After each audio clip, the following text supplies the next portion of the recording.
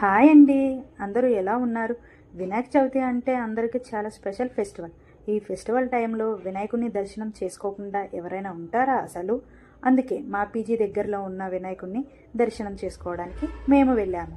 మేము వెళ్ళిన టైంకి పూజ జరుగుతూ ఉందండి. అంతమందిలో మేము వచ్చామని పూజలో ఉన్న వినాయకుడికి తెలియాలి కదా. అందుకని వెళ్ళి ముందుగా వినాయకుడి దగ్గర అటెండెన్స్ తీసేసుకున్నాం అనమాట. చూసారా, పూజలో ఉన్న అంకుల్ పూజలో కన్నా వినాయకుడిని ఫొటోస్ వీడియోస్ తీయడంలోనే ఫుల్ బిజీ అయిపోయారు. అక్కడ బుజ్జి బుజ్జి చిట్టి చిట్టి వినాయకులు ఎంత బాగున్నాయో, అంత చిట్టి చిట్టి బుజ్జి బుజ్జి వినాయకుల్లో ఖడ్గం పట్టుకున్న మహావీరుడు విఘ్నేశ్వరుడు చాలా బాగున్నాడు కదండి. చూస్తుంటే అలాగే చూడాలి అనిపిస్తుంది. హారతి కూడా ఇచ్చేశారు. నేను కూడా మంచిగా హారతి తీసుకున్నానండి. దర్శనం మాత్రం చాలా బాగా జరిగింది. అప్పుడే పూజలో ఉన్న ఫ్లవర్స్, అక్షింతలు అవి తీసుకొని మనస్ఫూర్తిగా కోరిక ఏదైనా కోరుకొని దేవుడు ముందు ఉన్న కలశం ముందు వేయమని చెప్పారు. మేము కూడా అలాగే చేసాము. ఇలాంటి పూజలో అప్పుడప్పుడు ఉంటే మనసుకి ఎంత ప్రశాంతంగా అనిపిస్తుందో. అదేంటో తెలియదు, దేవుడి దగ్గరికి వెళ్ళకముందు చాలా కోరికలన్నీ గుర్తుకొస్తూ ఉంటాయి.